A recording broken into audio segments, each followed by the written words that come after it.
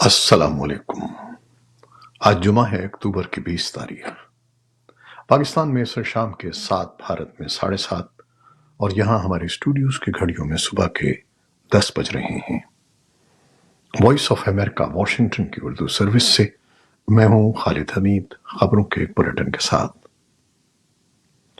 صدر Joe Biden نے قوم سے خطاب کے دوران کہا ہے کہ فلسطینی عسکریت پسند تنظیم حماس اور روسی صدر ولادیمیر پوٹن دونوں ہی پڑوسی ملکوں کی جمہوریتوں کے لیے خطرہ ہیں، اور ان لڑائیوں میں اسرائیل اور یوکرین کی کامیابی امریکی سلامتی کے لیے بے حد اہم ہے۔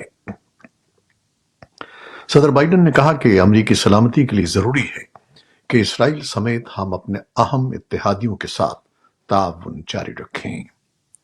انہوں نے کانگریس سے دونوں ملکوں کے لیے $100 ارب کی فوجی امداد کی اپیل کی۔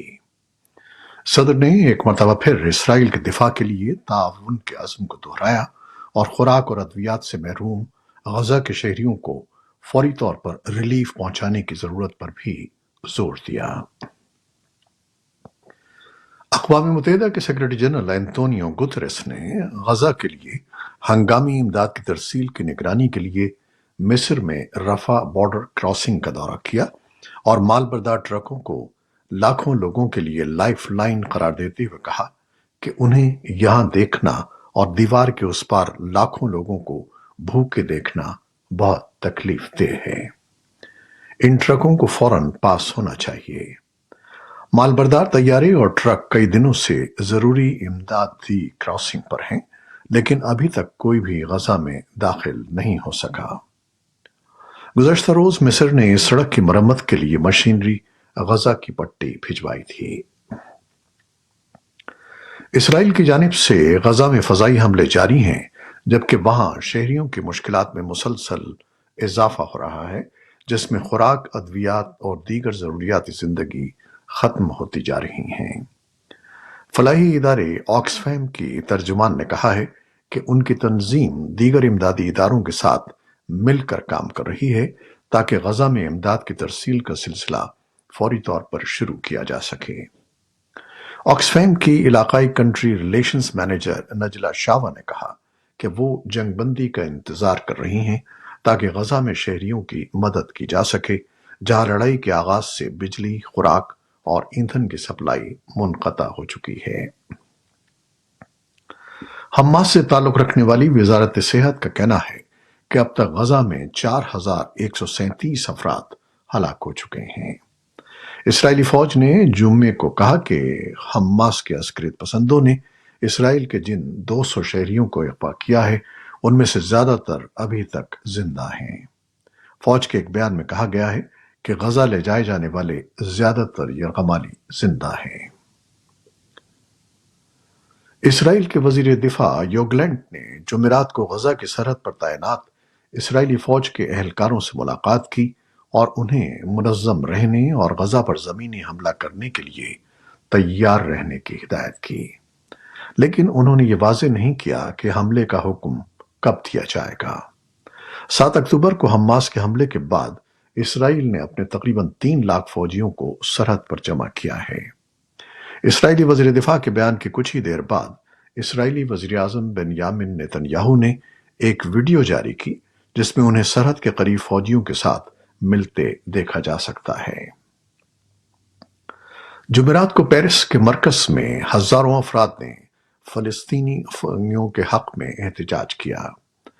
فرانس نے اسرائیل پر حماس کے حملے کے فوراً بعد فلسطین کے حق میں احتجاج پر پابندی لگا دی تھی، جسے ایک مقامی عدالت کی جانب سے اظہار آزادی کے لیے سنگین خطرہ دیے جانے کے بعد ہٹا دیا گیا تھا، جس کے فوراً بعد ہزاروں مظاہرین فلسطین کے حق میں احتجاج کے لیے جمع ہو گئے۔ AFP کے مطابق پرامن طور پر شروع ہونے والے احتجاج کے دوران پولیس کے ساتھ جھڑپیں ہوئیں، جس پر پولیس نے ہجوم کو منتشر کرنے کے لیے کالی مرچ کے اسپرے کا استعمال کیا۔ جمعرات کو نیو یارک کے ٹائمز اسکوائر میں سینکڑوں مظاہرین نے حماس کے ہاتھوں یرغمال بنائے گئے افراد کی رہائی کا مطالبہ کرنے کے لیے ایک ریلی نکالی۔ اس احتجاج کا اہتمام غیر سرکاری تنظیم اسرائیلی امریکن کونسل نے کیا تھا، جو اسرائیلی امریکیوں کی نمائندگی کرتی ہے۔ اس موقع پر خطاب کرنے والوں میں امریکی تاریخ میں سینٹ کے پہلے یہودی اکثریتی رہنما سینیٹر چک شومر نے اسرائیل کے ساتھ کھڑے ہونے اور حماس کے خلاف لڑنے کا عزم ظاہر کیا تھا۔ امریکی عہدیداروں نے جمعرات کو کہا ہے کہ امریکی بحریہ کے ایک جنگی بحری جہاز نے یمن سے شمال کی طرف فائر کیے جانے والے 3 میزائلوں کو فضا میں مار گرایا ہے۔ فوری طور پر یہ معلوم نہیں ہو سکا کہ آیا یہ میزائل اسرائیل پر فائر کیے گئے تھے۔ تاہم ایک عہدیدار نے کہا کہ امریکہ کا یہ خیال نہیں ہے کہ یہ میزائل امریکی بحری جہاز پر فائر کیے گئے تھے۔ پاکستان کے نگراں وزیر اعظم انوار الحق کاکڑ نے کہا ہے کہ پاکستان اور چین کے درمیان اہم تجارتی گزرگاہ خنجراب پاس اب ہر موسم میں کھلے رکھنے پر اتفاق ہو گیا ہے۔ پاکستانی وزیر اعظم نے یہ انکشاف چین کے شمال مغربی علاقے میں واقع سنکیانگ یونیورسٹی کے طلباء اور اساتذہ سے جمعے کو خطاب کرتے ہوئے کیا۔ وزیر اعظم بیجنگ میں تیسرے بیلٹ اینڈ روڈ فورم میں شرکت کے بعد جمعرات کو سنکیانگ کے دارالحکومت ارومچی پہنچے تھے۔ اس سے پہلے نگراں وزیر اعظم نے بیجنگ میں چین کے صدر شی جن پنگ سے ملاقات کی، جس میں دونوں رہنماؤں نے پاکستان اور چین کے مابین اسٹریٹجک تعاون پر مبنی شراکت داری اور بین الاقوامی سطح پر ابھرتی ہوئی صورتحال کے پس منظر میں اس کی اسٹریٹجک اہمیت کو اجاگر کیا۔ اس موقع پر چینی صدر کا کہنا تھا کہ انہیں امید ہے کہ پاکستان اپنے ہاں کام کرنے والے چینی اداروں اور اہلکاروں کے تحفظ کی ضمانت دے گا۔ چینی صدر کا بیان اس لیے اہم قرار دیا جا رہا ہے کیونکہ پاکستان میں چینی شہریوں پر تواتر سے حملے ہو رہے ہیں، جن میں چینی شہریوں اور سیکیورٹی فورسز کی بھی ہلاکتیں ہوئی ہیں۔ سابق وزیر اعظم نواز شریف تقریباً 4 سال کی خود ساختہ جلا وطنی کے بعد ہفتے کے روز پاکستان واپس آ رہے ہیں۔ نواز شریف کے پاکستان آنے سے پہلے ہی ان کو عدالتوں کی طرف سے ریلیف دے دیا گیا ہے اور انہیں 24 اکتوبر تک ضمانت دے دی گئی ہے۔ نواز شریف پاکستان پہنچنے پر پہلے اسلام آباد اور اس کے بعد لاہور جائیں گے، جہاں شام کے وقت وہ مینار پاکستان پر جلسے سے خطاب کریں گے۔ سابق وزیر اعظم ایک ایسے وقت میں پاکستان آ رہے ہیں جب ان کے سیاسی مخالف عمران خان مختلف کیسز میں جیل میں ہیں۔ نواز شریف آئندہ منگل سے عدالتوں میں خود پر قائم کیسز کا سامنا کریں گے۔ نواز شریف کے استقبال کے لیے ان کی جماعت کی طرف سے بھرپور تیاریاں کی جا رہی ہیں اور ملک بھر سے قافلوں کو لاہور لایا جا رہا ہے۔ بھارتی وزیر اعظم نریندر مودی نے پہلی بار جمعرات کو فلسطینی اتھارٹی کے صدر محمود عباس سے ٹیلی فون پر بات کی اور غزہ کے الاہلی ہسپتال میں دھماکے کے نتیجے میں ہلاکتوں پر اظہار تعزیت کیا۔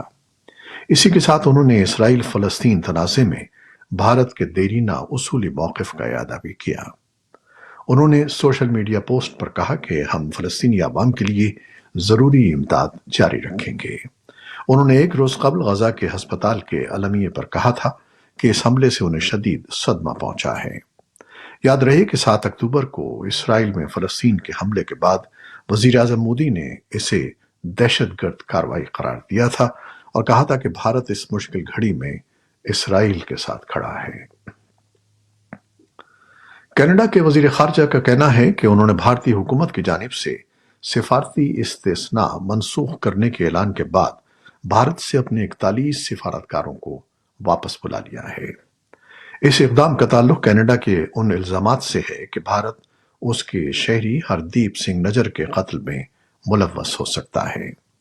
بھارت نے کینیڈا پر علیحدگی پسندوں اور دہشت گردوں کو پناہ دینے کا الزام لگایا ہے، لیکن بھارت ہردیپ کے قتل میں ملوث ہونے کے الزامات کو مسترد کرتا آیا ہے۔ برطانوی وزارت دفاع نے جمعے کو یوکرین کے بارے میں اپنی روزانہ کی انٹیلیجنس معلومات میں کہا کہ یوکرینی افواج نے اس ہفتے کے شروع میں برڈیانسک اور لوہانسک کے ہوائی اڈوں پر روسی دفاعی ساز و سامان اور ہیلی کاپٹروں کو ممکنہ طور پر نشانہ بنایا ہے۔ وزارت کی رپورٹ میں کہا گیا ہے کہ برڈیانسک میں 9 اور لوہانسک میں 5 ہیلی کاپٹر ممکنہ طور پر تباہ ہو گئے ہیں۔ یوکرین کا کہنا ہے کہ اس نے حملوں میں پہلی بار امریکہ کے فراہم کردہ طویل فاصلے تک مار کرنے والے ATACMS میزائلوں کا استعمال کیا۔ برطانوی وزارت دفاع نے کہا کہ اگر ہیلی کاپٹروں کے بارے میں رپورٹ کی تصدیق ہو جاتی ہے تو یہ بہت زیادہ امکان ہے کہ ان نقصانات سے روس کی دفاعی اور جارحانہ سرگرمیوں کی صلاحیت پر مزید اثر پڑ سکتا ہے۔ دریں اثنا یوکرین کے صدر ولادیمیر زیلنسکی نے اپنے روزانہ کے خطاب میں کہا کہ انہوں نے جمعرات کو امریکی صدر جو بائیڈن سے بات کی ہے کہ کس طرح میزائل روس سے یوکرین کی آزادی کو تیز تر کرنے میں مددگار ہو سکتے ہیں۔ دونوں رہنماؤں نے مشرق وسطی کی صورتحال پر بھی بات کی۔ ایران کے حمایت یافتہ گروہوں نے جمعرات کو شام میں کردوں کے زیر کنٹرول شمال مشرق میں ایک گیس پائپ لائن کو دھماکے سے اڑا دیا۔ سیرین آبزرویٹری فار ہیومن رائٹس کا کہنا ہے کہ غزہ میں مقیم عسکریت پسندوں کے ساتھ اسرائیل کی جنگ کے بعد علاقائی کشیدگی میں اضافہ ہوا ہے۔ شام میں انسانی حقوق پر نظر رکھنے والی تنظیم نے کہا کہ ایران کے حمایت یافتہ گروہوں نے کنوکو گیس کی تنصیب کے قریب گیس پائپ لائن کو دھماکے سے اڑا دیا۔ سیرین آبزرویٹری کے ڈائریکٹر رامی عبدالرحمان نے AFP کو بتایا کہ یہ دھماکہ ایک امریکی اڈے کے قریب ہوا لیکن اس میں کوئی جانی نقصان نہیں ہوا۔ بدھ کو امریکی سینٹرل کمانڈ نے کہا کہ اس نے گزشتہ 24 گھنٹوں کے دوران عراق میں 2 ڈرون مار گرائے اور تیسرے کو نقصان پہنچایا۔ سینٹ کام نے یہ نہیں بتایا کہ ڈرون کس نے لانچ کیے، لیکن ایران نواز گروہوں نے حماس کے ساتھ جنگ میں واشنگٹن کی اسرائیل کی حمایت کے باعث عراق میں امریکی فوجیوں پر حملے کی دھمکی دی ہے۔ یہ تھیں وہ خبریں جو فیس بک لائیو پر ہم نے آپ کے لیے پیش کی۔ ہماری ویب سائٹ، یوٹیوب اور پوڈ کاسٹ پر یہ بلیٹن آپ کے لیے پوسٹ کر دیا جاتا ہے۔